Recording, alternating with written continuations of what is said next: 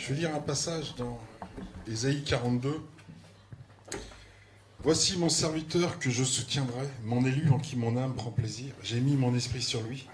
Il annoncera la justice aux nations. Il ne criera point, il n'élèvera point la voix, il ne la fera point entendre dans les rues. Il ne brisera point le roseau cassé. Et il n'éteindra point la mèche qui brûle encore. Il annoncera la justice selon la vérité. Il ne se découragera pas, point, et ne se relâchera point, jusqu'à ce qu'il ait établi la justice sur la terre, et que les îles espèrent en sa loi. Ainsi parle Dieu l'Éternel, qui a créé les cieux et qui les a déployés, qui a étendu la terre et ses productions, qui a donné la respiration à ceux qui la peuplent, et le souffle à ceux qui y marchent. Moi l'Éternel, je t'ai appelé pour le salut, et je te prendrai par la main. Je te garderai et je t'établirai pour traiter alliance avec le peuple, pour être la lumière des nations, pour ouvrir les yeux des aveugles, pour faire sortir de prison les captifs et de leur cachot ceux qui habitent dans les ténèbres. Je suis l'Éternel, c'est là mon nom. Et je ne donnerai pas ma gloire à l'autre, ni mon honneur aux idoles. Je crois que ce que je vais vous dire ce soir, c'est que Jésus-Christ est Seigneur. Seigneur de ta vie, Seigneur dans ta pensée, Seigneur des nations. Il est venu jusqu'à toi, même dans les îles. Et je crois que la chose principale, que nous devons lui dire ce soir, nous sommes dans un lieu qui nous accueille, qui a 50 ans, c'est important de le rappeler, qui a donné beaucoup de repas. Et aujourd'hui, les pauvres, il y a 2 fois plus de pauvres. Je crois qu'ici, on a peut-être donné presque 1 million de repas. Et au travers de cette œuvre, il y a eu des patriarches qui sont venus. Il y a un Anglais qui était là, un Algérien. Et aujourd'hui, il y a encore des gens dans le service. Et ce que je voudrais vous dire, c'est que la parole de Jésus-Christ, elle demeurera. Nos vies peuvent s'arrêter. Mais la parole de Jésus demeurera. Au travers des siècles, au travers de sa stratosphère, au travers de sa thermosphère, Jésus-Christ, il est celui qui peut guérir les blessures de ton âme. Il est celui qui peut guérir ton passé. Il est celui qui peut te donner un avenir.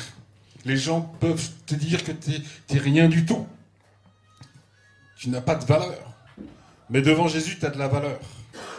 Devant Jésus-Christ, tu as de la valeur. Lui, il prend soin des pauvres.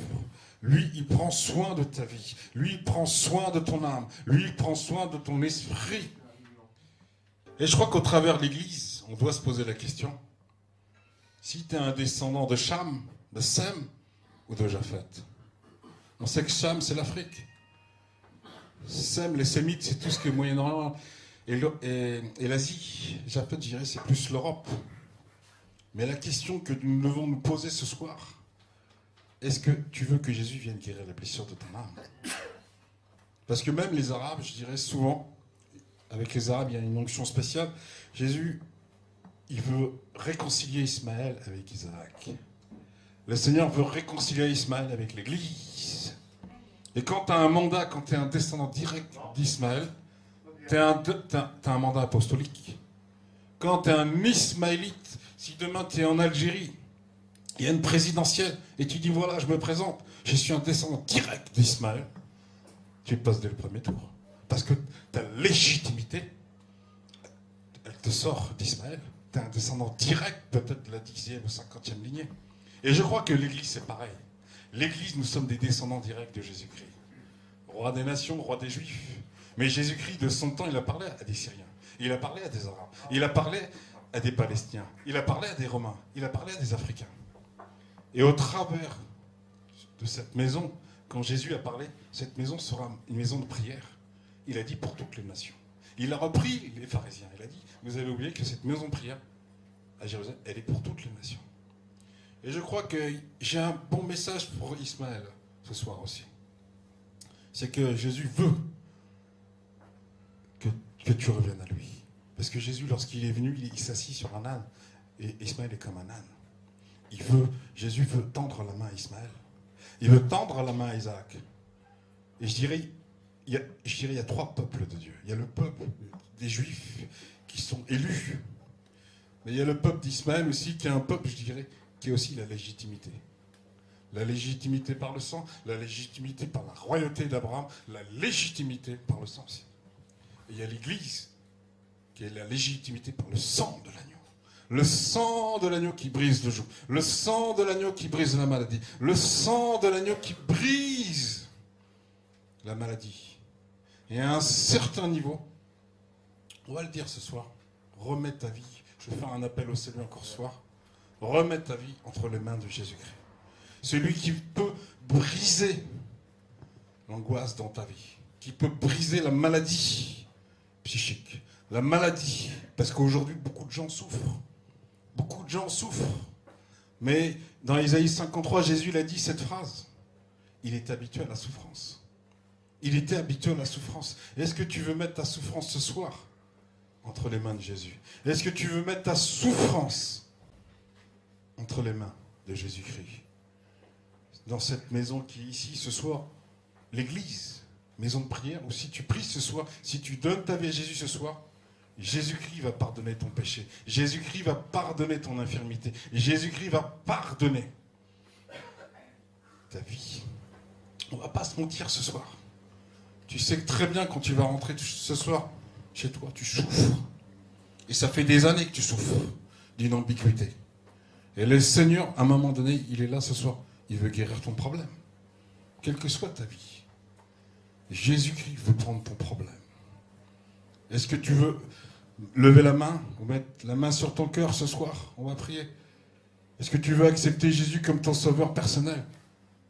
Que tu sois africain ou un descendant d'Ismaël, direct descendant d'Abraham, père des croyants. Ou un juif ou un palestinien. Du temps d'Abraham, il y a des Palestiniens qui avaient une alliance avec Abraham. Est-ce que tu veux donner ton cœur ce soir à Jésus avant de partir?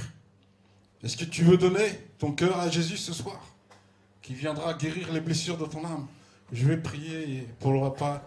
Seigneur Dieu, je vais remettre les âmes ce soir. Ceux qui ont levé la main pour accepter Jésus-Christ comme le sauveur, comme leur sauveur personnel. Je prie, Seigneur, que tu mettes le sang de l'agneau dans leur vie.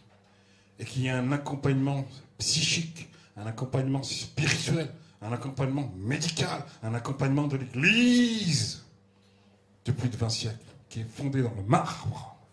Et je prie, Seigneur, pour ces âmes qui ont levé la main, qui ont mis la main sur le cœur, que le diable, ni ses démons, ils peuvent venir avec 1 million, ils ne peuvent rien contre le sang de l'agneau.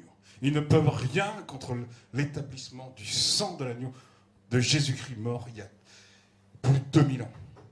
Et je prie encore pour ce repas, Seigneur, Dieu, que ça soit comme une Pâque quand les gens donnent leur vie à Jésus, afin que le sang de l'agneau brise le péché, brise le joug, au nom puissant de Jésus-Christ de Nazareth.